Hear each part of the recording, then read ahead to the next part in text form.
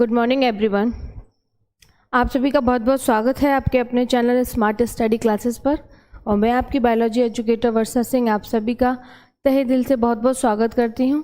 उम्मीद करती हूं कि आप सभी बहुत अच्छे होंगे। वेरी गुड मॉर्निंग सभी के लिए। राधे राधे, राधे कृष्णा। चैप्टर नंबर 5 चल रहा है हमारा, वंशागति का आणविक आधार। टॉपिक जो रहेगा आज का हमारा वो टॉपिक है हर्षे व चेस का एक्सपेरिमेंट या हर्षे व चेस का सिद्धांत। ठीक है, वेरी गुड मॉर्निंग सभी के लिए। कैसे हैं आप सभी? हर्षे व चेस की विधि। अब इन्होंने जो अपनी विधि स्टार्ट की थी या कहेंगे अपना जो एक्सपेरिमेंट स्टार्ट किया था वो किस बेस पे किया था? वो था, इनका टॉपिक जो था कि डीएनए एज ए आनुवांशिक पदार्थ की तरह काम करता है, इसको सिद्ध करने के लिए। ठीक है, डीएनए आनुवांशिक पदार्थ की तरह काम कर रहा है या आरएनए आनुवांशिक पदार्थ की तरह काम कर रहा है, ये इन्होंने प्रूफ किया था कि डीएनए और प्रोटीन में से कौन है वो जो आनुवांशिक पदार्थ की तरह काम करेगा या कर रहा है। ठीक है, ये इन्होंने अपनी विधि में इसमें प्रूफ किया था कि वो डीएनए है या वो आरएनए है। तो इनका जो एक्सपेरिमेंट था वो किस लिए था? आनुवांशिक पदार्थ को सिद्ध करने के लिए। ठीक है, किसको सिद्ध करने के लिए था? आनुवांशिक पदार्थ। डीएनए एक आनुवांशिक पदार्थ है,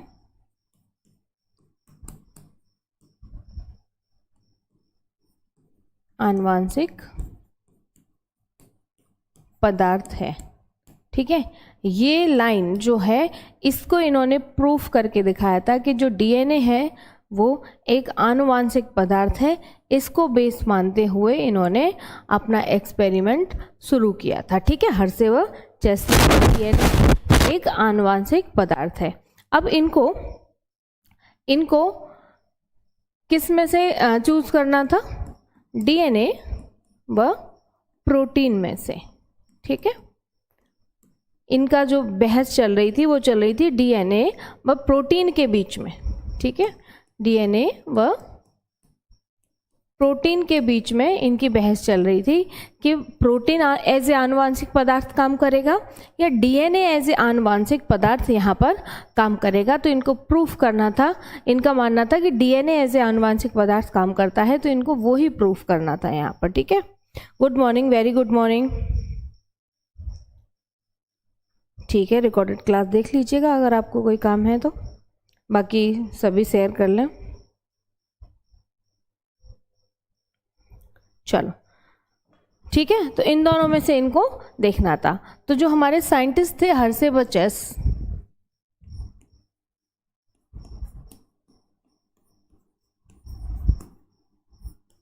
हर्षे व चेस की विधि।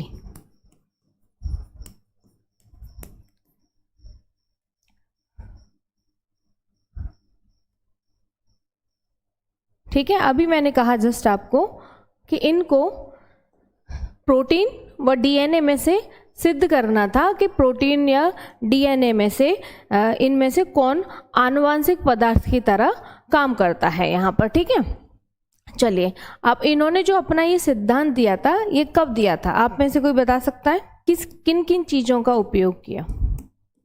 किन किन चीज़ों का उपयोग किया? तो देखो, सबसे पहले इन्होंने उपयोग किया था किसका? बैक्टीरियोफेज का। किसका? बैक्टीरियोफेज का, यानी कि जीवाणु भोजी का उपयोग किया था। किसका? जीवाणु भोजी का।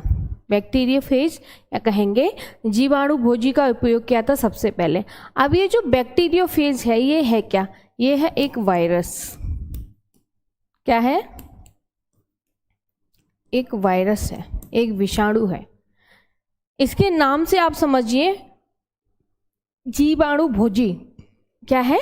जीवाणु भोजी, यानी कि जो जीवाणुओं का भोजन करता हो, जीवाणुओं का भक्षण करता हो या जीवाणुओं को खा जाता हो या निगल जाता हो, जो भी कहो, उनका भक्षण करता हो, उसको हम कहते हैं जीवाणु भोजी। इसका नाम क्यों पड़ा है जीवाणु भोजी? क्योंकि ये जीवाणुओं का भक्षण कर लेता है, इसीलिए इसका नाम पड़ा है जीवाणु भोजी। वैसे ये है क्या? वैसे ये है एक वायरस, ठीक है। वैसे ये क्या है? एक वायरस है, ठीक है। चलिए, अब पहला तो इन्होंने बैक्टीरियोफेज लिया, दूसरे की बात करते हैं हम। दूसरा इन्होंने अपने एक्सपेरिमेंट के लिए, कहेंगे अपनी विधि के लिए, इन्होंने लिया था बैक्टीरिया को, बैक्टीरिया को लिया था। अब कौन सा बैक्टीरिया लिया? फेमस हर एक्सपेरिमेंट के लिए एक हमारा बैक्टीरिया, वो कौन सा है? ई कोलाई, ई कोलाई, इरिश्चिरिचिया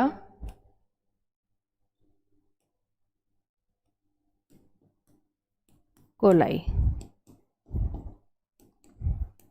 ठीक है। इरिश्चिरिचिया कोलाई या ई कोलाई की फुल फॉर्म है वो। पहले इन्होंने बैक्टीरियोफेज लिया।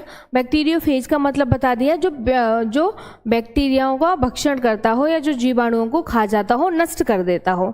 दूसरा इन्होंने अपने एक्सपेरिमेंट के लिए बैक्टीरिया ही लिया। अब आप लोग सोच रहे होंगे कि मैम आपने कहा कि जो बैक्टीरियोफेज है या जो जीवाणु भोजी है वो तो जीवाणुओं का भोजन कर लेता है, लेकिन आपने सेकंड जो पॉइंट लिया है एक्सपेरिमेंट के लिए वो बैक्टीरिया ही लिया है, तो क्या ये इसको मार नहीं देगा? तो देखो, इरिश्चिरिचिया कोलाई ही एक ऐसा मात्र बैक्टीरिया है जिस पर जीवाणु भोजी का कोई भी इफेक्ट नहीं पड़ता, कोई भी असर नहीं पड़ता। इसके अलावा अगर और कोई बैक्टीरिया होगा तो उसको जो जीवाणु भोजी है वो उसको नष्ट कर देगा, ठीक है। तो ये पॉइंट आप याद रखेंगे। सिर्फ और सिर्फ ई कोलाई ही एक ऐसा बैक्टीरिया है जिस पर जीवाणु भोजी का किसी भी प्रकार का कोई भी असर नहीं होता है, ठीक है। ये पॉइंट आप यहाँ पर लिख सकते हैं। हमने ई कोलाई को ही क्यों लिया? रीजन ई कोलाई को लेने का, क्योंकि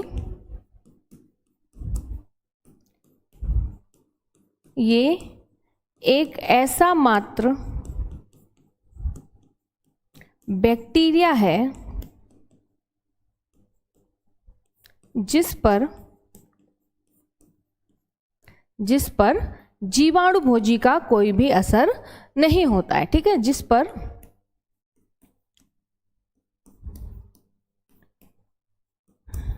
जीवाणु भोजी का कोई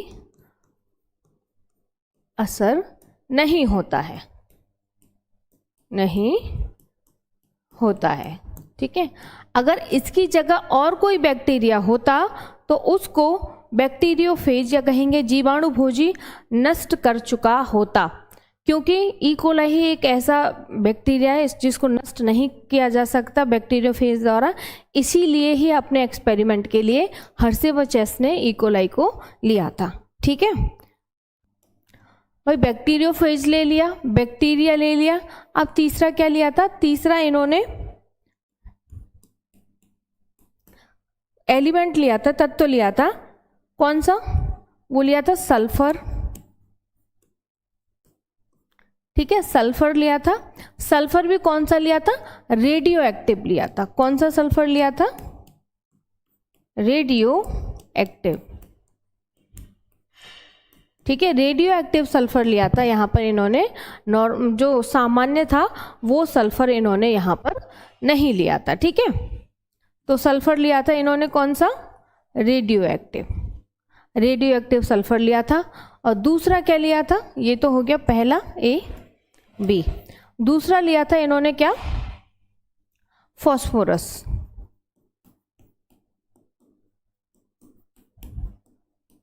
ये भी कैसा लिया था? ये भी इन्होंने रेडियो एक्टिव लिया था, ठीक है। ये भी इन्होंने रेडियो एक्टिव लिया था।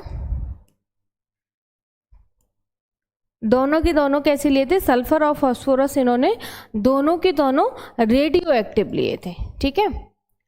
अगर हम सामान्य की बात करें यहाँ पर, तो सामान्य हमारा क्या रहेगा? सल्फर सामान्य कितना रहेगा? 1632 एटॉमिक वेट रहेगा उसका 32। और फास्फोरस की बात कर रहे हैं, अगर इसको भी हम सामान्य लेंगे तो ये कितना रहेगा हमारा 1530, ठीक है, कितना रहेगा 1530 रहेगा, ठीक है। ये है सामान्य, और इन्होंने एक्सपेरिमेंट के लिए अपनी विधि के लिए जो यूज़ किया था वो था रेडियो एक्टिव, ठीक है। तो ये तो हो गए हमारे वो मटेरियल या कहेंगे वो तत्व जो इन्होंने अपने एक्सपेरिमेंट के लिए यूज़ करने थे, ठीक है। यहाँ तक क्लियर है सभी को? हाँ, फॉस्फोरस लिया था 32, यानी कि रेडियो एक्टिव सामान्य रहेगा हमारा 30, और जो सल्फर है वो सामान्य रहेगा हमारा 32, और रेडियो एक्टिव जो रहेगा वो कितना रहेगा, वो रहेगा हमारा 35। हाँ, ठीक है।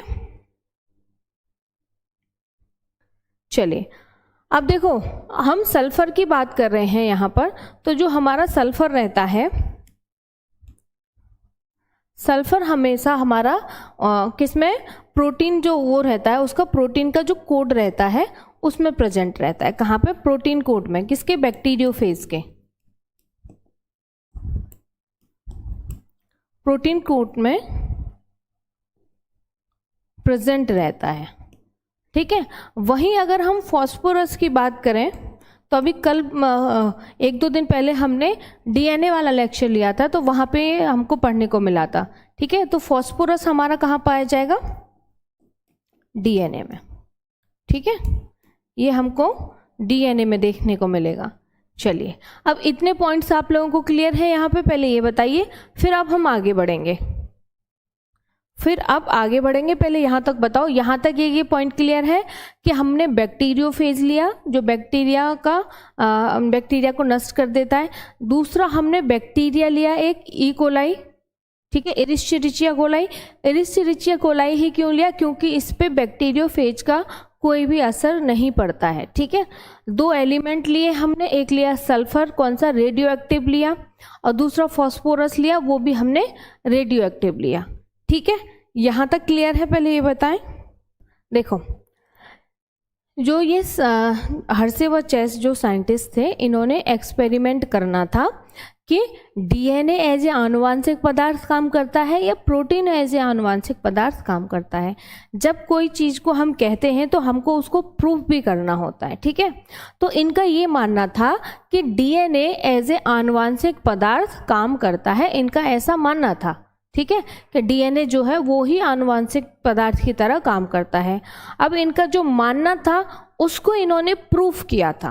अब प्रूफ करने के लिए कुछ मटेरियल की भी ज़रूरत होती है, तो इन्होंने अपनी विधि के लिए, अपने एक्सपेरिमेंट के लिए क्या क्या लिया, अभी बस हमने वो बताया है। क्या लिया? सबसे पहले लिया इन्होंने बैक्टीरियोफेज। बैक्टीरियोफेज को हिंदी में जीवाणु भोजी कहते हैं। नाम है इसका जीवाणु भोजी, यानी कि जो जीवाणुओं का भोजन करता है, भक्षण करता है, उसको हम जीवाणु भोजी कहते हैं। वैसे ये है क्या? ये है एक वायरस। क्या है? एक वायरस है, ठीक है। बैक्टीरियोफेज है नाम, तो बैक्टीरिया मत समझ लेना, ये बैक्टीरिया नहीं है, ये वायरस है, ठीक है।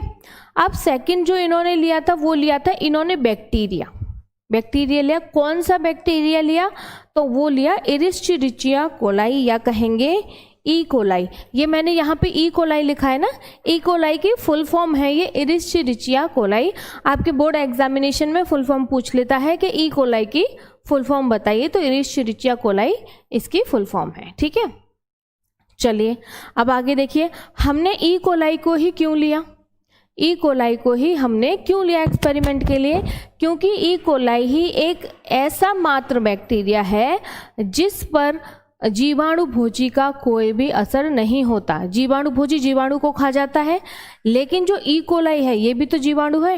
ये एक ऐसा जीवाणु है जिस पर ई कोलाई का कोई, उसका बैक्टीरियोफेज का कोई असर नहीं होगा, इसीलिए हमने इसको लिया है, ठीक है। चलिए अब हमने और क्या लिया?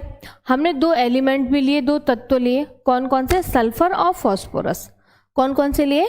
सल्फर लिया एक, और दूसरा फास्फोरस लिया। दोनों की दोनों हमने किस प्रकार के लिए? दोनों के दोनों हमने रेडियो एक्टिव लिए, ठीक है। रेडियो एक्टिव सल्फर लिया तो वो 16 एटॉमिक नंबर और एटॉमिक वेट उसका हो जाएगा 35। सेम फास्फोरस का 15 32 हो जाएगा, ठीक है। अगर इन्हीं दोनों को सामान्य देखें तो सामान्य हमारा जो सल्फर रहता है वो 16 उसका एटॉमिक नंबर और 32 उसका एटॉमिक वेट रहता है, ठीक। वैसे ही फॉस्फोरस का 15 और 30 रहेगा। ये मैंने बताया है कि हमने लिया है रेडियो एक्टिव सामान्य कौन सा होता है, ठीक है। अब जो सल्फर है वो प्रोटीन कोड में प्रेजेंट होता है, किसके? बैक्टीरियोफेज के। अभी हम डायग्राम बनाएंगे आगे, ठीक। और जो फॉस्फोरस होता है वो डीएनए में प्रेजेंट होता है। अभी हमने कल परसों नाइट्रोजनस बेस, पेंटोस शुगर और फॉस्फेट ग्रुप पढ़ा था, ठीक है, वहां पे आ रहा था ना। तो वो किस में प्रेजेंट था? डीएनए की वहां पे बात कर रहे हैं, तो यहाँ पे भी हम डीएनए की बात कर रहे हैं, तो फॉस्फोरस हमारा प्रेजेंट होगा किस में? डीएनए में, ठीक है। अब तो हम यहाँ पे बात कर रहे हैं, देखो बैक्टीरियोफेज बना लेते हैं पहले हम।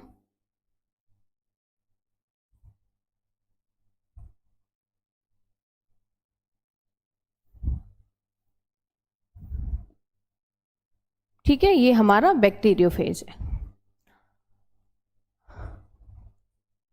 अभी हमने कहा था कि जो सल्फर रहेगा वो प्रेजेंट होता है कहाँ पे? प्रोटीन कोट में। ये जो रहेगा, जो बैक्टीरियोफेज है, इसका जो ये बाहर आउटर लाइन है ये बनी है किसकी? प्रोटीन की, ठीक है, प्रोटीन की बनी है। तो सल्फर हमारा कहाँ दिखेगा? यहाँ पे दिखेगा, ठीक है। अब ये जो अंदर है ये है हमारा क्या? जेनेटिक मटेरियल है, आनुवांशिक पदार्थ है ये हमारा।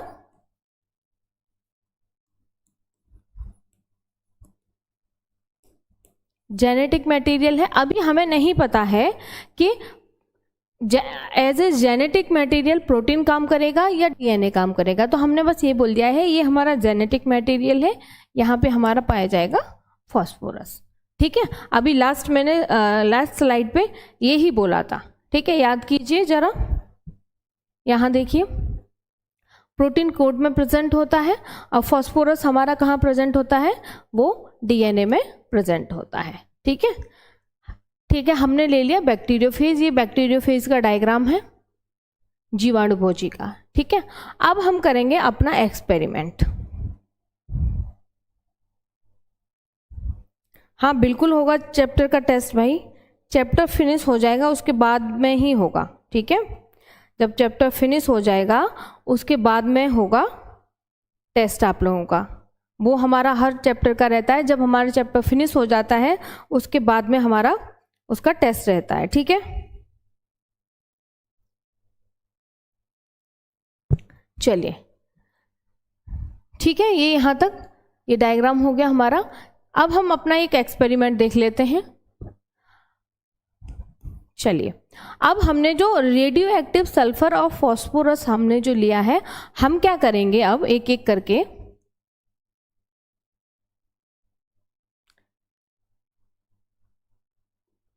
अब हम दोनों को बैक्टीरियोफेज में एंटर कराएंगे। क्या कराएंगे? बैक्टीरियोफेज में एंटर कराएंगे। या पहले हम ये देख लेते हैं, एक एक करके समझिए। ये हमारा बैक्टीरियोफेज है, ठीक है। हमने ई कोलाई को क्यों लिया था?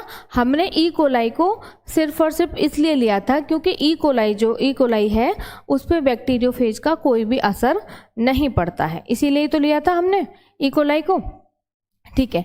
बैक्टीरियोफेज ये हमने इधर फर्स्ट डाला है, उधर हम सेकंड डालेंगे, ठीक है। ये जो है इसमें हम डालेंगे क्या? इसमें हम डालेंगे अपना रेडियो एक्टिव सल्फर, ठीक है। क्या डालेंगे? Radio active sulphur. और जो दूसरा रहेगा हमारा, उसमें क्या डालेंगे? उसमें हम अपना फॉस्फोरस डालेंगे, ठीक है। इसमें क्या डालेंगे? रेडियो एक्टिव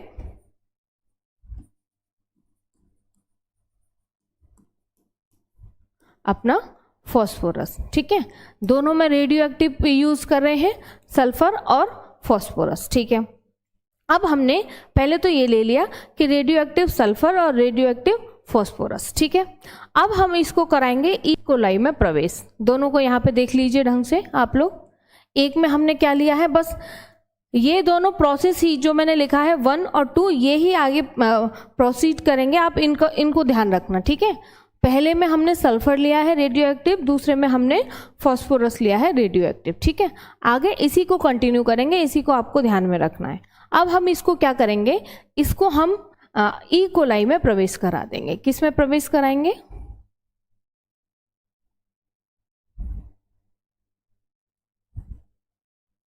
इसको हम प्रवेश कराएंगे ई कोलाई में। ठीक है, ये है क्या हमारा ई कोलाई। ठीक है, ये फर्स्ट का है, पहले वाले का है। ठीक है, अब बैक्टीरियोफेज जो जिसमें हमने रेडियो एक्टिव सल्फर लिया था उसको हम यहाँ पे प्रवेश करा देते हैं। ये लीजिए, ठीक है, इसको हमने यहाँ पर प्रवेश करा दिया। इसमें क्या था हमारा, सल्फर था हमारा रेडियो एक्टिव। ठीक है, अब सेम सेकंड जो स्लाइड है उस पे बात करेंगे।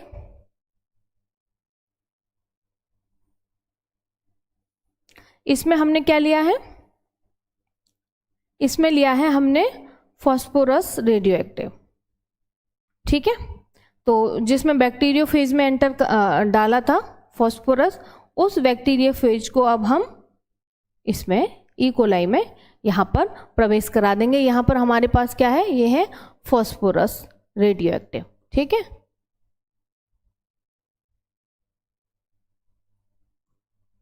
ओफो एक सेकेंड, रेडियो एक्टिव। ठीक है, सेम यहाँ पे भी सल्फर है हमारा रेडियो एक्टिव।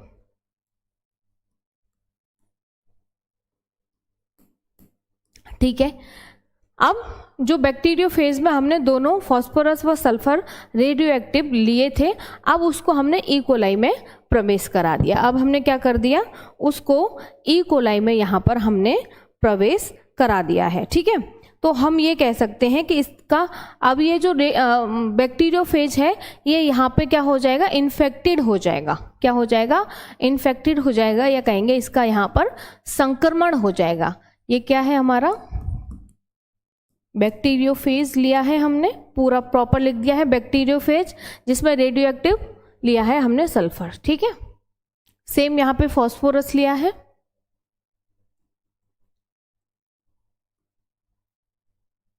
एक सेकेंड, बैक्टीरियोफेज। ठीक है, चलिए भाई, अब यहाँ पे होगा क्या, अब यहाँ पर होगा इन्फेक्शन, या कहेंगे संक्रमण। इन्फेक्शन हो गया, संक्रमण हो गया।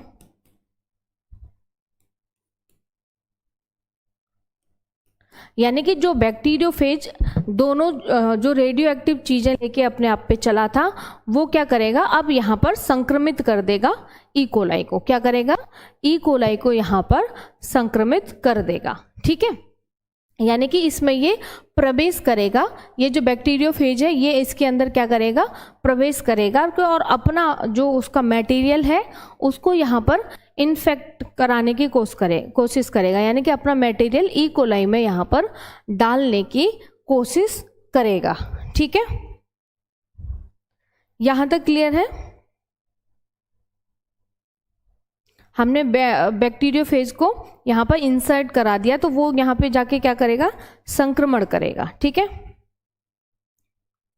यहाँ तक क्लियर है। अब आगे क्या होगा, ये यहाँ पर एंटर किया, प्रवेश कराया। ठीक है, अब ये जो बैक्टीरियोफेज है, ये जो अपना मटेरियल लेके चला है, जो भी इसके पास मटेरियल है, वो क्या करेगा, अब यहाँ पर फर्स्ट डायग्राम में तो नहीं दिख रहा है, लेकिन सेकेंड डायग्राम में हमें देखने को मिलेगा।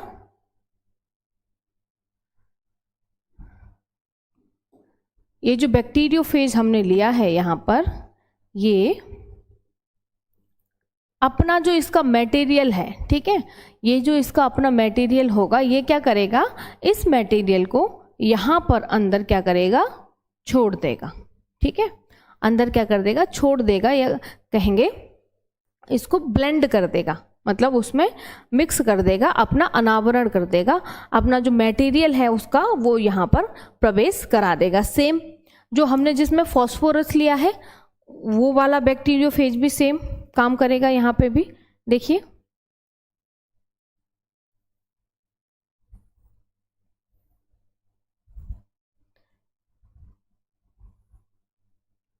ठीक है, यहाँ पे हो जाएगी ब्लेंडिंग इनकी, अनावरण, सेम इधर भी रहेगा। ठीक है, यहां हो गया क्या हमारा, ब्लेंडिंग हो गई, यानी कि अनावरण। अनावरण या कहेंगे ब्लेंडिंग का मतलब होता है यहाँ पर कि जो भी इनके पास में अपना अपना जो मटेरियल था, या कहेंगे जो अपना जेनेटिक मटेरियल था, वो इन्होंने क्या किया, वो इन्होंने यहाँ पर ई कोलाई में उसको छोड़ दिया। ठीक है, ये क्या है हमारा, ई कोलाई है।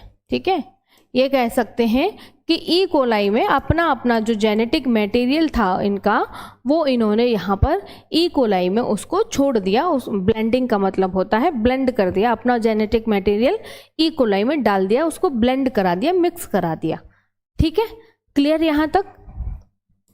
अब देखिए आगे बढ़ते हैं हम। अब हम कराएंगे इसमें क्या, अब हमारा जो ये लास्ट स्टेप इसमें बचा है, वो बचा है हमारा सेंट्रीफ्यूगेशन। आएगा इसमें, नहीं, नेक्स्ट स्लाइड पे कर लेते हैं। ठीक है, हमारा इन्फेक्शन हो गया, संक्रमण कर दिया, अनावरण कर लिया, अब रहेगा हमारा सेंट्रीफ्यूगेशन। ठीक है, अब क्या रहेगा हमारा देखो एक स्लाइड पे नहीं आ रहा है, इसलिए आपको स्टेप जो हैं वो याद रखने पड़ेंगे। हमने बैक्टीरियोफेज में क्या लिया था, सल्फर लिया था, अरे ये क्या हो गया, सल्फर लिया था, इधर फॉस्फोरस लिया था। इसको हमने आगे क्या किया, ई कोलाई में एंटर करा दिया। ये फर्स्ट स्टेप इधर चल रहा है, सेकंड वाला इधर पे चल रहा है। ठीक है, इन्फेक्शन हुआ, ब्लेंडिंग हुआ, अब हम कराएंगे सेंट्रीफ्यूगेशन। यहां तक क्लियर है, बताएं। अब हम सेंट्रीफ्यूगेशन कराएंगे उसका अपकेंद्रण। ठीक है, नीचे से बैक्टीरिया के सेल मिलेंगे क्योंकि वो हैवी होता है। वेरी गुड, बिल्कुल सही कहा है। देखो हम सेंट्रीफ्यूगेशन या अपकेंद्रण कराते ही क्यों हैं, अपकेंद्रण हम इसलिए कराते हैं कि जो हल्की चीज है वो ऊपर आ जाए और जो भारी चीज है वो हमारी नीचे रह जाए। ठीक है, इसीलिए उसको हम क्या करते हैं, मिक्स करते हैं अपकेंद्रण में, कि जो हमारी हल्की चीज है वो तो आ जाएगी ऊपर, ठीक है, और जो हमारी भारी चीज है वो रह जाएगी हमारी नीचे। इसीलिए हम कराते हैं अपकेंद्रण। ठीक है, इसमें जेनेटिक मटेरियल मिला था दोनों में,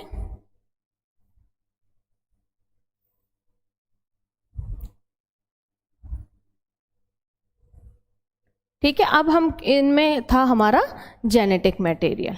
ठीक है, अब हम यहां पे कराएंगे क्या, अब हम कराएंगे अपकेंद्रण। चलिए, अपकेंद्रण समझ में आ गया सभी को। अब होगा हमारा यहां पर क्या, अपकेंद्रण होगा, यानी कि सेंट्रीफ्यूगेशन होगा। सेंट्रीफ्यूगेशन होगा अपकेंद्रण। अपकेंद्रण अभी समझा दिया है मैंने कि अपकेंद्रण में होता क्या है, जो हल्का सामान रहता है, या कहेंगे जो हल्की चीज रहती है वो तो आ जाती है ऊपर, और जो भारी चीज होती है वो हमारी आ जाती है नीचे। अभी हमने डीएनए वाला एक दो टॉपिक और पढ़े हैं इससे पहले, उसमें भी मैं आपको सेंट्रीफ्यूगेशन आप लोगों को बता चुकी हूँ। सेंट्रीफ्यूगेशन मतलब टेस्ट ट्यूब लेते हैं, उसमें हम जो भी हमारे पास में मटेरियल है, जो भी मैटर है, उसको मिक्स कराते हैं, और उस मिक्स के बाद में जो हल्की चीज़ वो ऊपर और भारी चीज़ हमारी नीचे आ जाती है। ठीक है, नीचे से बैक्टीरिया मिलता है क्योंकि वो हल्का रहता है। ठीक है, ई कोलाई हमारा कैसा रहेगा, ई कोलाई, क्या बोला आपने, नीचे से बैक्टीरिया मिलेगा जो हैवी होता है। हाँ सॉरी, मुझे लगा जो हल्का होता है, नहीं, हाँ सही है, सही लिखा है आपने, बिल्कुल सही लिखा है। अब देखो जो रेडियो एक्टिव हमने इसमें सल्फर डाला था वो यहाँ पर डिटेक्ट नहीं हुआ है। ठीक है, कौन सा, रेडियो एक्टिव, एक सेकेंड, रेडियो एक्टिव सल्फर, ठीक है, are not detected in cell. ठीक है। तो इस वाली सेल में जो रेडियो एक्टिव सल्फर है वो डिटेक्ट यहाँ पर नहीं हुआ है, या कहेंगे वो यहाँ पर नहीं मिला है। अगर हम सेकंड उसकी बात करें तो रेडियो एक्टिव जो सेकंड में क्या लिया था हमने, फॉस्फोरस लिया था, वो यहाँ पर डिटेक्ट हुआ है। ठीक है, रेडियो एक्टिव, अभी मैं एक डायग्राम और बताऊंगी आप लोगों को। Radioactive phosphorus are detected in cell, यानी कि हमको ये देखने को मिलता है कि जो रेडियो एक्टिव सल्फर है वो तो इस सेल में नहीं मिलेगा, और जो फॉस्फोरस है वो कोशिका में या सेल में डिटेक्ट हो जाएगा, देखने को हमको यहाँ पर मिलेगा। ठीक है, चलो हमने कराया है सेंट्रीफ्यूगेशन। हमने क्या कराया है, सेंट्रीफ्यूगेशन कराया है। तो सेंट्रीफ्यूगेशन कराया, चलिए आ जाइए यहाँ पर। तो हमको देखने को यहाँ पे मिला, अभी जैसे किसी बच्चे ने आंसर भी किया था, बिल्कुल सही कहा था कि जो हमारा ई कोलाई रहेगा वो तो हमें मिलेगा कहाँ पर, नीचे। ठीक है, ये क्या है हमारा ई कोलाई है, क्योंकि ई कोलाई हैवी होता है, वो हमको कहाँ पे मिलेगा, ई कोलाई हमको मिलेगा नीचे, क्योंकि ये कैसा होता है, हैवी होता है। ठीक है, और ऊपर मिलेगा हमको क्या, बैक्टीरियोफेज। ऊपर क्या मिलेगा, बैक्टीरियोफेज मिलेगा, क्योंकि ये कैसा होता है, हल्का होता है। ठीक है, अब केंद्रण से हमको ये तो समझ में आ गया कि बैक्टीरियोफेज हमें ऊपर मिला है और ई कोलाई हमको नीचे मिला है। ठीक है, लेकिन अब होगा क्या, जो हमने इसमें सल्फर जो डाला है रेडियो एक्टिव, वो बैक्टीरियोफेज में तो देखने को मिलेगा। किसमें, वो बैक्टीरियोफेज में यहाँ तो देखने को मिलेगा, सल्फर 35 यहाँ पर तो देखने को मिलेगा, लेकिन जो हमारा ई कोलाई है यहाँ पर वो देखने को नहीं मिलेगा। सल्फर जो है वो यहाँ पर, रेडियो एक्टिव जो सल्फर है वो ई कोलाई में हमारे को देखने को यहाँ पर नहीं मिलेगा।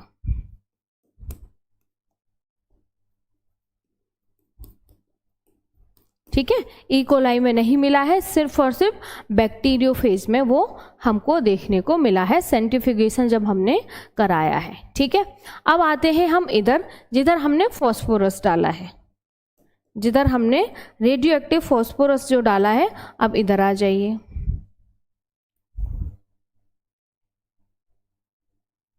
ठीक है, इस सेम तो इसमें भी रहेगा कि जो हमारा बैक्टीरियोफेज था वो हल्का था तो ऊपर आ गया।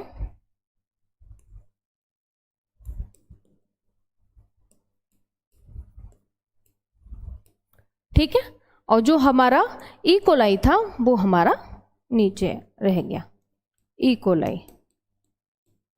ठीक है, ये हो गया।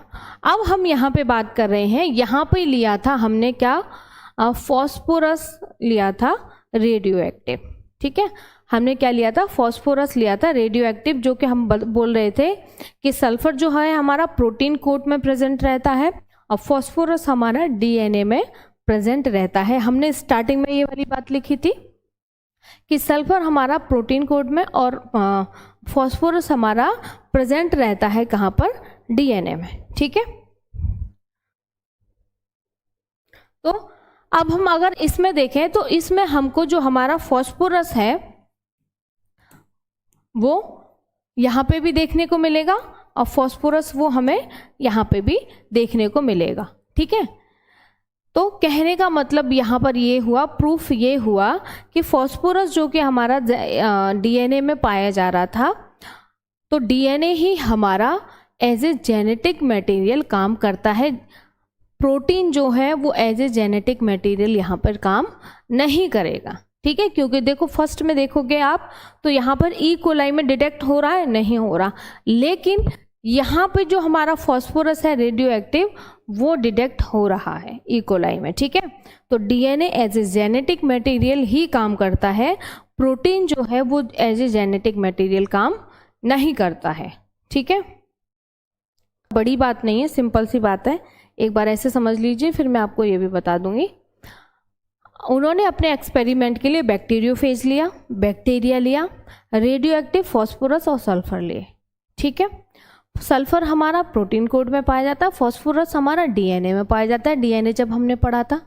ठीक है, अब हमने क्या किया, 2 बैक्टीरियोफेज लिए, एक में सल्फर को डाला, दोनों हम यहाँ पे दोनों को रेडियो एक्टिव फॉर्म में डाल रहे हैं, सामान्य हम नॉर्मल फॉर्म में नहीं डाल रहे हैं, तो मैं बार बार नहीं बोलूँगी रेडियो एक्टिव लिया, रेडियो एक्टिव लिया। ठीक है, एक हमने सल्फर लिया, दूसरा हमने फॉस्फोरस लिया, दोनों को बैक्टीरियोफेज में एंटर कराया, फिर उस बैक्टीरियोफेज को हमने ई कोलाई में एंटर कराया। ठीक है, अब जो वो बैक्टीरियोफेज को ई कोलाई में एंटर कराया, तो वो उस बैक्टीरियोफेज ने क्या किया, अपने आप को इन्फेक्टेड कर दिया, उसमें अपना संक्रमण उसमें फैलाना स्टार्ट कर दिया। ठीक है, एंटर कराने पर फिर सेकंड हम स्टेप देख रहे हैं, तो वो वहाँ पर क्या हो रहा है, ब्लेंड हो रहा है, उसका अनावरण हो रहा है, यानी कि दोनों जो बैक्टीरियोफेज हैं वो अपना अपना जो जेनेटिक मटेरियल है वो ई कोलाई के अंदर छोड़ रहे हैं। ठीक है, यहाँ तक।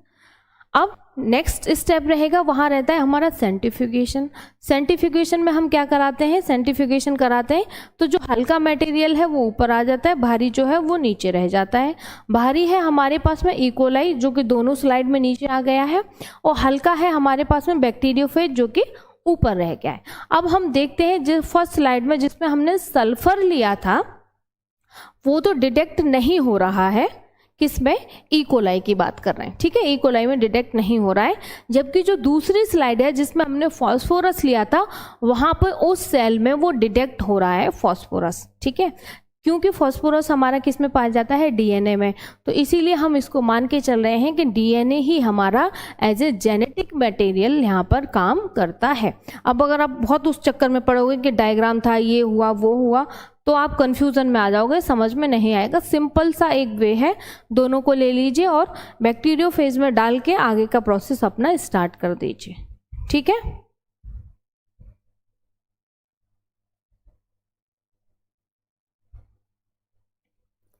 ठीक है, क्लियर है। अब मैं एक बार स्टार्टिंग से बता दे रही हूँ, अभी शायद कोई बच्चा बोल रहा था। देखो हमने क्या क्या लिया, क्यों लिया, ये जो हमारा जो मेथड था ये क्यों किया गया, इसको हमने क्यों किया था कि डीएनए एक आनुवांशिक पदार्थ है, ये प्रूफ करने के लिए, ये जानने के लिए हमने इसको स्टार्ट किया था। ठीक है, अब डीएनए व प्रोटीन के बीच में ये कंपैरिजन था कि इनमें से कौन सा एज ए जेनेटिक मटेरियल काम करेगा, डीएनए करेगा या प्रोटीन करेगा, ये बात चल रही थी। ठीक है, अब जो हर्षे व चे साहब थे उन्होंने 1952 में, मैंने आप लोगों से आंसर क्वेश्चन भी पूछा था कि बताओ इन्होंने ये अपना मेथड कब स्टार्ट किया था, अपनी विधि जो है ये इन्होंने कब स्टार्ट की थी, तो वो स्टार्ट की थी इन्होंने 1952 में स्टार्ट की थी। ठीक है, अब इन्होंने अपनी विधि के लिए, अपने मेथड के लिए किस किस चीज़ का यूज़ किया, फर्स्ट बैक्टीरियोफेज का। बैक्टीरियोफेज क्या है ये भी बता दिया है, एक वायरस है जो इसका नाम है जीवाणु भोजी, हिंदी वाला नाम है। जीवाणु भोजी का मतलब जो जीवाणुओं का भक्षण करता है। ठीक है, बता चुके हैं। सेकंड इन्होंने लिया था बैक्टीरिया, कौन सा बैक्टीरिया लिया था, ई कोलाई लिया था। फुल फॉर्म क्या है ई कोलाई की, इरिश्चेरिचिया कोलाई है। ठीक है, अब नेक्स्ट क्वेश्चन, ई कोलाई को ही इन्होंने क्यों लिया और किसी को क्यों नहीं लिया, क्योंकि ई कोलाई ही एक ऐसा मात्र बैक्टीरिया है जिस पर जीवाणु भोजी का किसी भी प्रकार का कोई असर नहीं होता है। अगर इसकी जगह पर कोई और बैक्टीरिया होता तो ये एक्सपेरिमेंट आगे बढ़ता ही नहीं, यहीं पर ये बैक्टीरिया जो है, और कोई बैक्टीरिया होता ई कोलाई की जगह पे तो वो बैक्टीरिया वहीं पर ख़त्म हो जाता, जीवाणु भोजी उसको नष्ट कर देता। ठीक है, ई कोलाई इसलिए लिया है क्योंकि ई कोलाई पे कोई फर्क नहीं पड़ता, वो अपना आराम से मस्त मौला है, उस पर कोई भी असर नहीं पड़ेगा, इसीलिए रीजन है ई कोलाई को लेने का। सेकंड, 2 एलिमेंट लिए हमने, दोनों रेडियो एक्टिव फॉर्म में लिए, कौन कौन से, सल्फर लिया और हमने फॉस्फोरस लिया। ठीक है, सल्फर लिया और फॉस्फोरस लिया, दोनों एलिमेंट हमने रेडियो एक्टिव फॉर्म में लिए, दोनों के फॉर्म लिख दिए हैं। नॉर्मल फॉर्म जो सामान्य अवस्था जो रहेगी उनकी वो भी लिख दी है। ठीक है, अब मैं आपको यहाँ पे बता चुकी थी कि जो सल्फर है वो प्रोटीन कोड में प्रेजेंट होता है और जो हमारा फॉस्फोरस होता है वो डीएनए में प्रेजेंट होता है। ठीक है, ये लाइन मैं यहाँ पे आपको पहले ही लिख चुकी हूँ, ठीक है। ये यहाँ पे मैंने डायग्राम बना के लिख दिया है, सल्फर प्रोटीन में और फॉस्फोरस जो जेनेटिक मटेरियल रहेगा उसमें, ठीक है। चलिए यहाँ से हमने यूज़ की है विधि। तो जो फर्स्ट स्लाइड हमने ली है उसमें हमने क्या किया है, बैक्टीरियोफेज में हमने सल्फर लिया है रेडियो एक्टिव। सेकेंड जो है, सेकेंड में हमने फॉस्फोरस को लिया है रेडियो एक्टिव को, ठीक। अब ये ही प्रोसेस आगे चला है, दोनों को हमने ई कोलाई में प्रवेश करा दिया, दोनों को हमने ई कोलाई में प्रवेश करा दिया, सल्फर को और फॉस्फोरस को, दोनों को अलग अलग, एक जगह नहीं, अलग अलग, ठीक है। सल्फर कराया, फॉस्फोरस को इंजेक्ट कराया, दोनों ने अपना अपना संक्रमण फैलाया, दोनों ने इन्फेक्टेड किया ई कोलाई को, ठीक है। नेक्स्ट स्लाइड हमने देखी कि दोनों ने अनावरण किया, वहां पर ब्लेंडिंग की।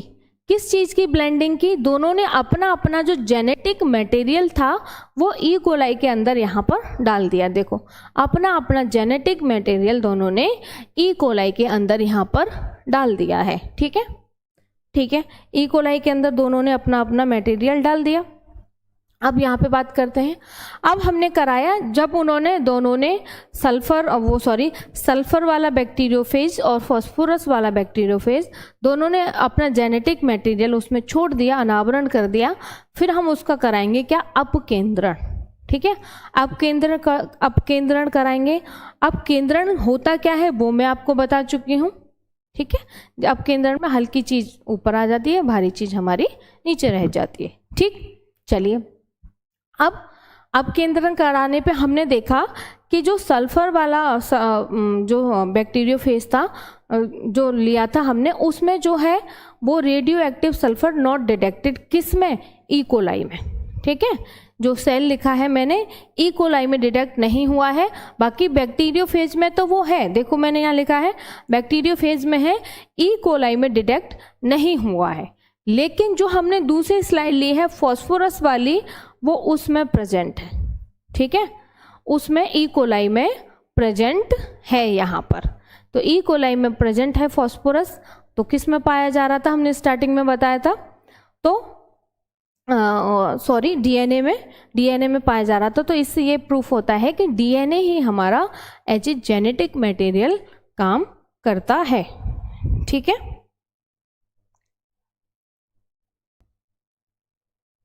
अब बताइए, स्टार्टिंग से एक दो बच्चे पहले बोल रहे थे मैम बता दीजिए स्टार्टिंग से, मैंने सारा का सारा प्रोसेस जो है वो फिर से रिपीट कर दिया है।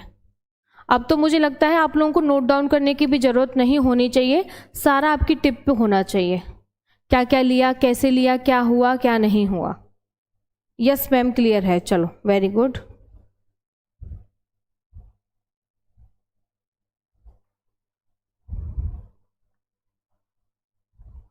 चलो ठीक है, इंपॉर्टेंट है हर्सेबर्ग चेस का मेथड। इसमें से अगर क्वेश्चन ये आएगा तो आपका ये लॉन्ग क्वेश्चन आएगा, ठीक है। आपके बोर्ड एग्जामिनेशन में अगर हर्सेबर्ग चेस का मेथड आता है तो ये लॉन्ग क्वेश्चन में आएगा, आपको विद डायग्राम ये बना के वहाँ पे आना है। शॉर्ट में आएगा 1 नंबर में 2 नंबर में, तो बस ये पूछ लेगा कि इन्होंने कब स्टार्ट किया था, ठीक है, क्या क्या मटेरियल इन्होंने अपनी विधि के लिए, अपने एक्सपेरिमेंट के लिए यहाँ पे यूज़ की थी। 1-2 नंबर में तो यही पूछेगा, बाकी ज़्यादा ये लॉन्ग क्वेश्चन में आप लोगों से पूछा जाएगा, ठीक है। तो अच्छे से तैयार कर लीजिएगा। चलो सबका क्लियर है, बहुत अच्छी बात है। चलिए तो सेशन को आज हम यहीं ख़त्म करेंगे। आज का हमारा टॉपिक हो चुका है फिनिश। कल हम नेक्स्ट नया टॉपिक स्टार्ट करेंगे, और अभी जो आपको हमने ये कराया है इसका आप रिवीजन जरूर कर लीजिएगा, इम्पोर्टेंट है आपके बोर्ड एग्जामिनेशन के पर्पज से, तो जरूर रिवाइज कीजिएगा, ठीक है। कल मिलेंगे, तब तक के लिए bye bye, take care. Comment करके जरूर बताना आप लोग सेशन आप लोगों को कैसा लगा। जिन्होंने भी अभी तक लाइक नहीं किया है वो लाइक कर लें, शेयर कर लें। जो नए बच्चे जुड़े हैं हमारे साथ में वो चैनल को सब्सक्राइब भी कर लें, ठीक है। चलो कल मिलेंगे, तब तक के लिए बाय बाय, टेक केयर, अपना ख्याल रखें, अच्छे से रहें, पढ़ते रहें, रिवीजन जरूर करते रहें, ठीक है। चलिए बाय बाय।